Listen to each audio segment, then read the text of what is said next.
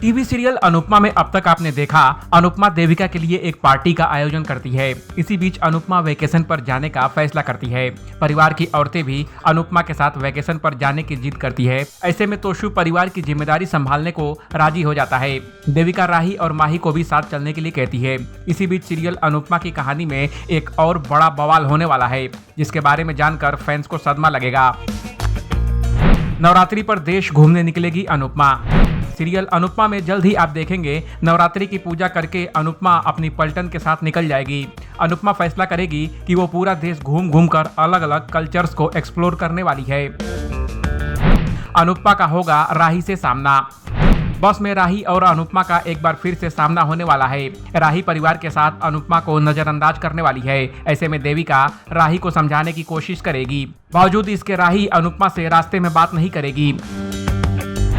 अचानक ही रास्ते में रुकेगी अनुपमा। अनुपमा अचानक ही रास्ते में रुकने वाली है। अनुपमा बस से निकलकर अकेले में थोड़ा समय बिताने वाली है। अनुपमा को इस दौरान अपना अतीत याद आएगा। अपने अतीत को याद करके अनुपमा की आंखों में आंसू आ जाएंगे। अपने मरे बेटे से टकराएगी अनुपमा। इसी बीच अनुपमा अपने मरे हुए बेटे समर को देखने वाली है। समर को देखकर अनुपमा की आंखें भर जाएगी। अनुपमा बिना देर किए समर को अपने गले लगाने वाली है। अनुपमा को तो यकीन ही नहीं होगा कि उसका मरा बेटा वापस आ चुका है। अनुपमा को हौसला देने वाला है समर।